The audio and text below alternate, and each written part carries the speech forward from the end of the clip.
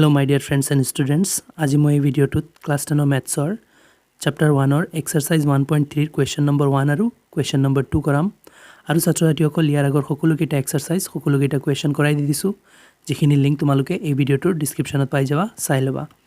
এতিয়া হা কোৱেশ্চনটো ষ্টাৰ্ট কৰো সো কোৱেশ্চনে কি কৈছে দেখুৱা যে √5 অপৰিময়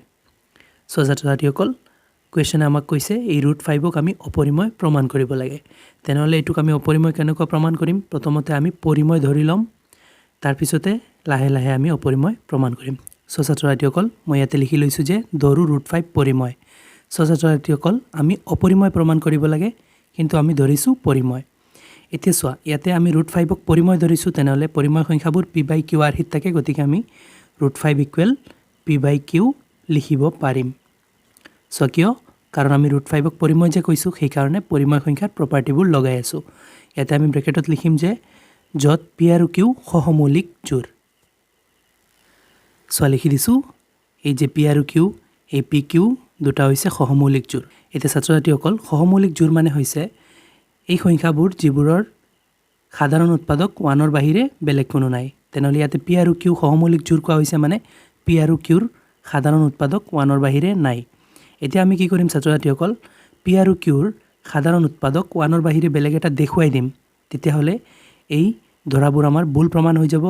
আৰু এই ভুল প্ৰমাণ হোৱাৰ কাৰণটো হ'ব আমি √5 ক পৰিময় বুলি ধৰাৰ মানে এই যে আমি √5 ক পৰিময় বুলি ধৰিছো এইটোই ভুল বুলি প্ৰমাণ হৈ যাব এতিয়া চোৱা কেনেকুৱা সো ছাত্ৰ-ছাত্ৰীসকল ইয়াতে আমি এই √5 p/q দেখি আছো দুই সাইডক আমি বৰ্গ কৰিম √5 ক বৰ্গ কৰিম আৰু সেই সাইডত p/q আছে এই p/q কো বৰ্গ কৰিম সো আমি ইয়াতে বৰ্গ কিয় কৰিছো 5 ৰ ওপৰৰ √2 উঠাবলৈ এতিয়া এই সাইডত বৰ্গ কৰিছো তেনেহলে ইকুৱেলৰ সেই সাইডটো বৰ্গ কৰিব লাগিব কাৰণ চোৱা দুই সাইড প্ৰথমতে ইকুৱেল আছিল এতিয়া এটা সাইডক বৰ্গ কৰিলেতো আনইকুৱেল হৈ যাব এটা দুই সাইড ইকুৱেল কৰিবৰ কাৰণে সেই সাইডটো বৰ্গ কৰিব লগা হৈছে এতিয়া চোৱা স্কয়াৰ ৰুট কেনসেল হৈ গল ইয়াতে হৈ গল 5 এতিয়া চোৱা ইয়াতে p/q হোল স্কয়াৰ আছে ইকুৱেলৰ সেই সাইডত তেনেহলে এটো মই ব্ৰেকেটটো উঠাই ললে p ৰ ওপৰতো স্কয়াৰ থাকিব আৰু q ৰ ওপৰতো স্কয়াৰ এটা থাকি যাব এতিয়া ছাত্ৰ-ছাত্ৰীসকল আমাৰ কাম হৈছে চোৱা এই p আৰু q ৰ 1 ৰ বাহিৰে বেলেগ কোনো উৎপাদক দেখুৱা তেতিয়া হলে আমাৰ √5 টো অপৰিময় প্ৰমাণ হ'ব কাৰণ চোৱা পৰিময় হলে 1 ৰ বাহিৰে বেলেগ কোনো উৎপাদক থাকিব না লাগে এতিয়া আমি বেলেগ কোনো উৎপাদক দেখুৱাই দিম 1 ৰ বাহিৰে তেতিয়া হলে এটো পৰিময় থাকিব নেকি অপৰিময় প্ৰমাণ হৈ যাব এতিয়া চোৱা আমি এটা কাম কৰিম ইয়াতে q স্কয়াৰ টো ইয়াতে ডিভাইডত আছে এই সাইডত আহিলে 5 ৰ লগত পূৰণ হৈ যাব 5 q স্কয়াৰ হৈ যাব আৰু ইকুৱেলত আছে কি p স্কয়াৰ এতিয়া ছাত্ৰ-ছাত্ৰীসকল এইবোৰ মই কিয় কৰি আছো এইবোৰ সেই কাৰণে কৰি আছো ছাত্ৰ-ছাত্ৰীসকল ইয়াতে তো আমি বেলেগ উৎপাদক 1 ৰ বাহিৰে আৰু কি দেখুৱাব পাৰিম অকল 5 এ আছে 5 টোকেহে দেখুৱাব পাৰিম তেনেহলে মই এইটো কৰি আছো যে এই যিকোনো এটা এলফাবেটৰ তলত মই 5 টো লৈ যাব বিচাৰি আছো আৰু সিস্টেমেটিকলি গৈ আছো এনেটো যাব নোৱাৰিম সেই কাৰণে চোৱা আমি এই ক্যালকুলেশনবোৰ কৰি আছো আৰু আমাৰ টাৰ্গেট হৈছে 5 টোক হয় q স্কয়াৰৰ তলত নহলে p স্কয়াৰৰ তলতে নিয়াৰ তেনেহলে q স্কয়াৰৰ তলত এতিয়া না যাব q স্কয়াৰটো মই ইয়াতে ৰাখি দিম আৰু q স্কয়াৰৰ লগত 5 টো পূৰণ হৈ আছিল সেই সাইডত গলে p স্কয়াৰৰ তলত হৰণ হৈ বহিব এইটোৱে ছাত্ৰ-ছাত্ৰীসকল আমাৰ টাৰ্গেট আছিল যে যিকোনো এটা এলফাবেটৰ তলত নি পেলাই 5 টো বহুৱাৰ এতিয়া আমি কি লিখিব পাৰিম ছাত্ৰ-ছাত্ৰীসকল ইয়াতে তোমালোকে দেখি আছা p স্কয়াৰক 5 এ ডিভাইড কৰি আছে তেনেহলে p কো 5 এ ডিভাইড কৰিব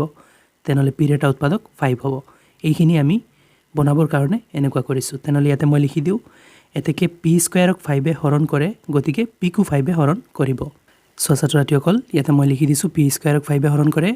গতিকে p কো 5 এ হৰণ কৰিব এতিয়া চোৱা ইয়াতে মই কি লিখিলো p কো 5 এ হৰণ কৰিব এতিয়া p যদি 5 এ হৰণ কৰে তেনেহলে p ৰ এটা উৎপাদক 5 হৈছে নহয় তেনেহলে ছাত্ৰ-ছাত্ৰীসকল আমি ইয়াতে লিখি দিব পাৰিম এতেকে p ৰ এটা উৎপাদক 5 এতেকে p ৰ এটা উৎপাদক হল 5 সো ছাত্ৰ-ছাত্ৰীসকল লিখি দিছো এতেকে p ৰ এটা উৎপাদক হল 5 এতিয়া ছাত্ৰ-ছাত্ৰীসকল p ৰ এটা উৎপাদক 5 দেখুৱাই দিছো এই p ৰ এতিয়া q ৰ এটা যদি মই উৎপাদক 5 দেখুৱাই দি দিও তেনেহলে p আৰু q সহমৌলিক জোড় না থাকিব কাৰণ সহমৌলিক জোড় হবলৈ হলে 1 ৰ বাহিৰে বেলেগ কোনো সাধাৰণ উৎপাদক হ'ব না লাগে এতিয়া মই p ৰ এটা উৎপাদক 5 দেখুৱাইছো এতিয়া q ৰ এটা উৎপাদক আমি 5 দেখুৱাই দিম সো কেনেকুৱা সো ইয়াতে মই লিখিছো p ৰ এটা উৎপাদক 5 তেনেহলে ছাত্ৰ-ছাত্ৰীসকল এনেকুৱা লিখিব পাৰিম নে p = 5c এতিয়া তোমালোকে ক'বা p = 5c আকৌ কেনেকৈ লিখিব পৰা যায় সো মই বুজাই আছো p = 5c মই কিয় লিখিব পাৰিম সো p ৰ উৎপাদক হৈছে 5 কিন্তু আমি p ক নাজানো যে কিমান হয় এতিয়া ছাত্ৰ-ছাত্ৰীসকল কোনবোৰ সংখ্যাৰ উৎপাদক 5 থাকে যিবোৰ 5ৰ টেবুলত আহে যেনে কেনেকুৱা ছাত্ৰ-ছাত্ৰীসকল মই বুজাই আছো সোৱা p টো যদি 10 হয় তেনেহলে p ৰ উৎপাদক সো p = যদি 10 হয় তেনেহলে p ৰ উৎপাদক এটা 5 হ'ব কেনেকুৱা সোৱা 10 ৰ উৎপাদক হৈছে 2 * 5 যত 5 আছে আৰু নেক্সট সোৱা p যদি 5 হয় তেনেহলেও p ৰ উৎপাদক এটা 5 হ'ব কাৰণ সোৱা 5 ক আমি 5 * 1 লিখিব পাৰি যত 5 উৎপাদক হিচাপত আছে সো p 15 হলেও হ'ব p যদি 15 হৈ যায় p ৰ উৎপাদক কি হ'ব 3 * 5 5 3 * 15 যত 5 এটা উৎপাদক আছে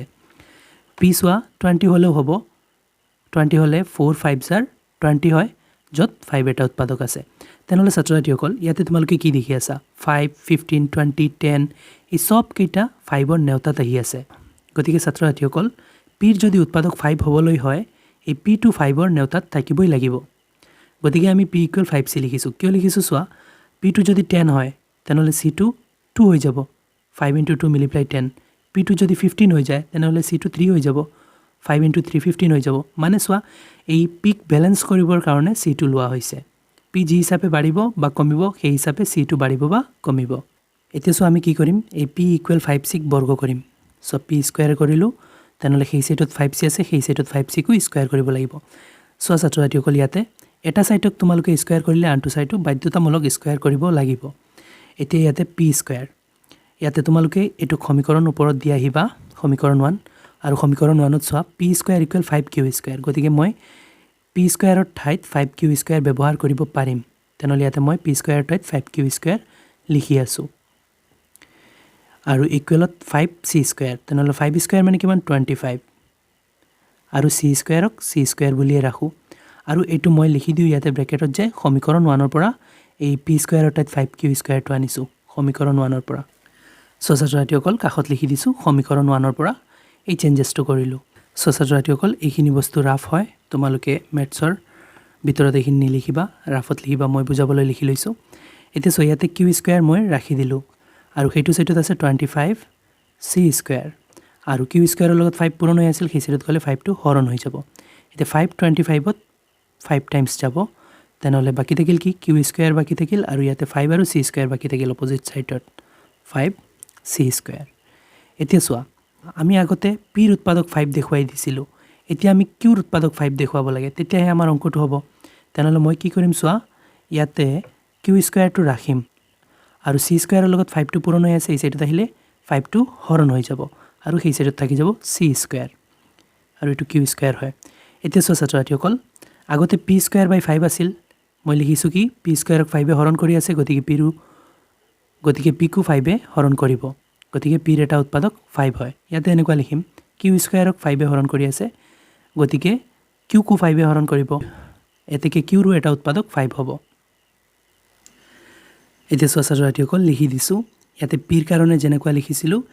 একেদৰে মই ইয়াতে q ৰ কাৰণেও লিখি দিছো সোৱা আকৌ এবাৰ কি লিখি লৈছো q² ক 5 এ হৰণ কৰে গতিকে q কো 5 এ হৰণ কৰিব এতেকে q ৰ এটা উৎপাদক হল 5 এটা ছাত্ৰ-ছাত্ৰীসকল ইয়াতে সোৱা ইয়াতে পাইছো p ৰ উৎপাদক 5 ইয়াতে পাইছো q ৰ উৎপাদক 5 আৰু আমি ধৰিছিলো ওপৰত p আৰু q সহমৌলিক জোড় যাৰ 1ৰ বাহিৰে বেলেগ কোনো সাধাৰণ উৎপাদক হ'ব নোৱাৰে তেনেহলে সোৱা p ৰ 5 ওলাই গৈছে এটা উৎপাদক q ৰ 5 এটা উৎপাদক ওলাই গৈছে তেনেহলে 1ৰ বাহিৰে অন্তত 5 এটা সাধাৰণ উৎপাদক ওলাই গল তেনেহলে কি হল ছাত্ৰ-ছাত্ৰীসকল আমাৰ ওপৰত ধৰাটো ভুল হৈ গল যে সহমৌলিক ধৰিছিলো আৰু ভুল হোৱাৰ কাৰণ কি আমি √5 ক পৰিময় বুলি ধৰি থৈছো চাই লোৱা সোয়া আমি ধৰি লৈছিলো √5 পৰিময় আৰু পৰিময় হলে p/q আৰহিত হ'বই আৰু p আৰু q যত সহমৌলিক থাকে তেনেহলে ছাত্ৰ-ছাত্ৰীসকল এতিয়া আমাৰ p আৰু q সহমৌলিক নহয় বুলি প্ৰমাণ হৈছে তে সহমৌলিক নহলে কি হ'ব √5 টো পৰিময় নহয় কাৰণ পৰিময় হলে তো p/q আৰহিত হয় আৰু p আৰু q সহমৌলিক হয় তে সহমৌলিক হোৱা নাই গতিকে √5 টো p/q আৰহিত নহয় আৰু p/q আৰহিত নহলে পৰিময়ও নহয় এতিয়া অপৰিময় হ'ব এইখিনি কথা আমি তলত লিখি দিও ছাত্ৰ-ছাত্ৰীসকল লিখি দিছো এতেকে p আৰু q ৰ উভয়ৰে অন্তত এটা সাধাৰণ উৎপাদক 5 ওলাইছে যেনেকৈ ইয়াতে q ৰ উৎপাদক 5 ওলাইছে ওপৰত p ৰ উৎপাদক 5 ওলাইছে তাৰ পিছত সোৱা কিন্তু ইয়ে আমি ধৰা পি আৰু কিউ সহমৌলিক এই সত্যটোক বিৰোধ কৰে সো আমি ওপৰত যে সহমৌলিক ধৰিছিলোঁ আৰু কৈছিলোঁ যে 1ৰ বাহিৰে বেলেগ কোনো উৎপাদক নাই মানে কি সহমৌলিক ধৰা মানেই 1ৰ বাহিৰে বেলেগ কোনো নাই বুলি ধৰা তেনেহ'লে ওপৰত যে সহমৌলিক ধৰিছিলোঁ সেইটোৰ বিৰোধ কৰি আছে 5 সাধাৰণ উৎপাদক ওলাই পেলাই এই বিৰুদ্ধ ফলৰ কাৰণটো হৈছে কি √5ক আমি পৰিময় বুলি ধৰাটো তেনেহ'লে পৰিময় বুলি ধৰাটো যদি বিৰুদ্ধ ফল হয় তেনেহ'লে শুদ্ধ ফল কি হ'ব অপৰিময় নহ'ব মানে তো পৰিময়ৰ উল্টাটো অপৰিময়হে হয় তেনেহ'লে অপৰিময়হে হ'ব সেইকাৰণে লিখি দিছোঁ সেয়ে আমি সিদ্ধান্ত পালোঁ যে √5 অপৰিময় এতিয়া ছাত্ৰ ছাত্ৰীসকল এনেকুৱা আছিল সবচে ইজি প্ৰচেছ এই কুৱেশ্যনটো কৰাৰ তোমালোকে দুই এবাৰ চাবা ডাউটছ ক্লিয়াৰ হৈ যাব তথাপি যদি বুজাত কোনো প্ৰব্লেম হয় মোক কমেণ্টত জনাবা এতিয়া ইয়াতে কুৱেশ্যন নম্বৰ 1টো সমাপ্ত হৈছে এতিয়া আহা কুৱেশ্যন নম্বৰ 2টো চাওঁ এতিয়া 2 নম্বৰ কুৱেশ্যনটো চোৱা ছাত্ৰ ছাত্ৰীসকল কুৱেশ্যনে কৈছে যে দেখুওৱা যে 3 + 2 √5 অপৰিময় এতিয়া ছাত্ৰ ছাত্ৰীসকল ইয়াতো আমি আকৌ অপৰিময় প্ৰমাণ কৰিব লাগে গতিকে এইখিনিক আমি পৰিময় ধৰিম কিন্তু ছাত্ৰ ছাত্ৰীসকল ইয়াতে আগৰ কুৱেশ্যনটোৰ নিচিনা নহয় আগৰ কুৱেশ্যনটোত অকল √5 আছিল আৰু অকল √5 থাকিলে আগতে যেনেকুৱা কৰা হৈছে তেনেকুৱা হয় এই কুৱেশ্যনৰ ক্ষেত্ৰত ছাত্ৰ ছাত্ৰীসকল তোমালোকে ভাবিবা যে √5টো অলৰেডি প্ৰমাণ কৰা আছে অপৰিময় তেনেহ'লে আমি √5ক এটা সাইড কৰিম আৰু বাকিখিনিক আনটো সাইড কৰিম আৰু দুই সাইড আমি কম যে সমান হৈ গৈছে কিন্তু এটা সাইডত অপৰিময় আনটো সাইডত পৰিময় আছে গতিকে এই গোটেইখিনি অপৰিময় এতিয়া ছাত্ৰ ছাত্ৰীসকল এনেকুৱা √5 √2 √3 এইবোৰৰ লগত যদি কোনো সংখ্যা দিয়া থাকে তেনেহ'লে এতিয়া যেনেকুৱা কৰি আছোঁ এনেকুৱা কৰিব লাগিব আৰু অকল √2 √3 √5 দি থাকিলে আগৰ কুৱেশ্যনটো যেনেকুৱা হৈছে তেনেকুৱা কৰিবা এতিয়া চোৱা মই এইখিনিক ধৰি লওঁ পৰিময় সো লিখি লৈছোঁ ধৰোঁ 3 + 2 √5 পৰিময় সো এই ধৰাখিনি সকলোকেইটাত ছেম কিন্তু অংকটো বেলেগ অপৰিময় প্ৰমাণ কৰিব লাগে আমি ধৰিম তাৰ ওলোটা পৰিময় এতিয়া যদি এইটো পৰিময় হয় তেনেহ'লে আগৰ নিচিনা এইটো p/q আৰ্হিত হ'ব মানে এনেকুৱা 3 + 2 √5 ইকুৱেল হ'ব p/q কাৰণ ছাত্ৰ ছাত্ৰীসকল পৰিময় সংখ্যাবোৰ p/q আৰ্হিত থাকেই য'ত p আৰু q কি সহমৌলিক জোৰ সো লিখি দিছোঁ য'ত p আৰু q সহমৌলিক জোৰ এতিয়া ছাত্ৰ ছাত্ৰীসকল যেতিয়া আমি অকল √5ক অপৰিময় প্ৰমাণ কৰিছিলোঁ তেতিয়া এই p আৰু q সহমৌলিক জোৰৰ ওপৰত বেছ কৰি পেলাই আমি গোটেই অংকটো কৰিছিলোঁ এতিয়া ইয়াতে এইটো এনেই লিখিলোঁ ইয়াৰ কোনো ইমান ফাংচন নাই ইয়াতে অকল এই √5টোৰে ফাংচন আছে আৰু √5টো অলৰেডি প্ৰমাণিত আছে যে অপৰিময় এইটো তোমালোকে মনত ৰাখিবা এতিয়া চোৱা আমাৰ টাৰ্গেট হৈছে √5টোক এটা সাইড কৰাৰ কাৰণ কি এই √5টোৰ ওপৰতে বেছ কৰি পেলাই আমি গোটেই অংকটো অপৰিময় প্ৰমাণ কৰিম তেনেহ'লে প্ৰথমতে আমি 2 √5টো ৰাখিবই লাগিব সিস্টেমেটিকলি আমি ট্ৰান্সফাৰ কৰিব লাগিব সকলোকেইটা সংখ্যাক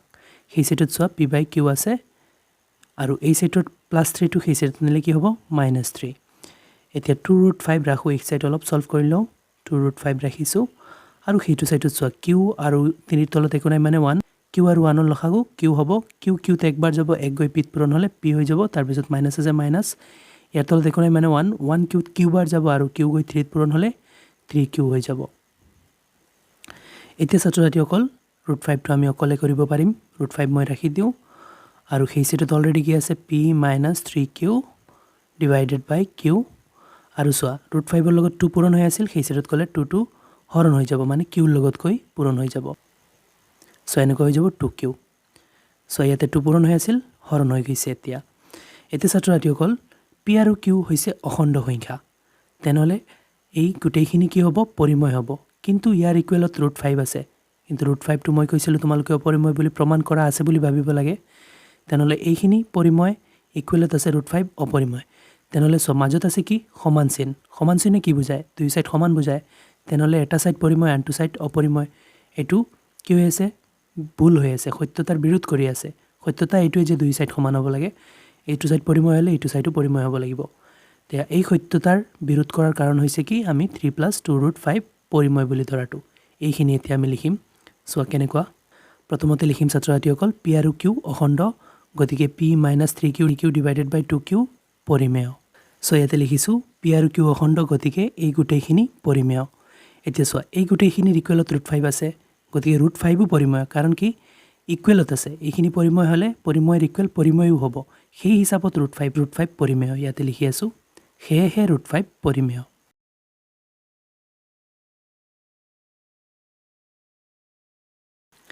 এতিয়া লিখিম ছাত্ৰ ছাত্ৰীসকল ইয়াতে মই √5ক যে পৰিমেয় কৈ দিছোঁ এইটো কি সঁচা কৈ আছোঁ নেকি এতিয়া ইয়াতে লিখিম যে √5 যে পৰিমেয় কৈছোঁ এইটোৱে সত্যতাৰ বিৰোধ কৰি আছে সত্য এইটোৱে যে √5টো অপৰিমেয় ইয়াতে লিখি দিওঁ কিন্তু √5 যে পৰিমেয় ইয়ে সত্যতাৰ বিৰোধ কৰে সো লিখিছোঁ কিন্তু √5 যে পৰিমেয় ইয়াতে যে পৰিমেয় কৈছোঁ √5ক ইয়াতে লিখিছোঁ কিন্তু √5 যে পৰিমেয় ইয়ে সত্যতাৰ বিৰোধ কৰে মানে যে এই √5ক যে মই পৰিমেয় কৈ দিছোঁ এইটো সত্যতাৰ বিৰোধ কৰি আছে আৰু এই বিৰোধফলৰ কাৰণ কি 3 + 2 √5 পৰিমেয় বুলি ধৰাটো ইয়াতে লিখোঁ এই বিৰোধফলৰ কাৰণ হ'ল 3 + 2 √5 পৰিমেয় বুলি ধৰা সো লিখি দিছোঁ এই বিৰোধফলৰ কাৰণ হ'ল 3 + 2 √5 মানে এই কুৱেশ্যনত যেটো দিয়া আছে এইটো 3 + 2 √5 পৰিমেয় বুলি ধৰা এতিয়া ছাত্ৰ-ছাত্ৰীসকল 3 + 2 √5টো পৰিমেয় ধৰিলে যদি বিৰুদ্ধ ফল হয় তেনেহ'লে শুদ্ধ ফল কেনেকুৱা হ'ব 3 + 2 √5ক অপৰিমেয় বুলি ধৰিলে তেনেহ'লে ইয়াতে লিখি দিওঁ এতেকে ইয়াৰ পৰা সিদ্ধান্ত পালোঁ যে 3 + 2 √5 অপৰিমেয় সো লিখি দিছোঁ এতেকে ইয়াৰ পৰা সিদ্ধান্ত পালোঁ যে 3 + 2 √5 মানে এইটো অপৰিমেয় এতিয়া ছাত্ৰ-ছাত্ৰীসকল অপৰিমেয় বুলি প্ৰমাণ হৈ গৈছে আমাক কুৱেশ্যনে কৈছিল 3 + 2 √5 অপৰিমেয় প্ৰমাণ কৰা আমি ধৰিছোঁ পৰিমেয় তাৰপিছতে এইটোক অপৰিমেয় বুলি প্ৰমাণ কৰি দেখুৱাইছোঁ এতিয়া ছাত্ৰ-ছাত্ৰীসকল ইয়াতে 2 নম্বৰ কুৱেশ্যনো সমাপ্ত হৈছে আৰু ভিডিঅ'টো সমাপ্ত হৈছে আশা কৰোঁ তোমালোকে দুয়োটা কুৱেশ্যন ভালদৰে বুজিব পাৰিছা আৰু বুজাত যদি কোনো ধৰণৰ অসুবিধা হয় মোক কমেণ্টত জনাবা ভিডিঅ'টো ভাল লাগিলে লাইক এণ্ড শ্বেয়াৰ কৰিবা চেনেলটো ছাবস্ক্ৰাইব কৰি দিবা থ্যাংক ইউ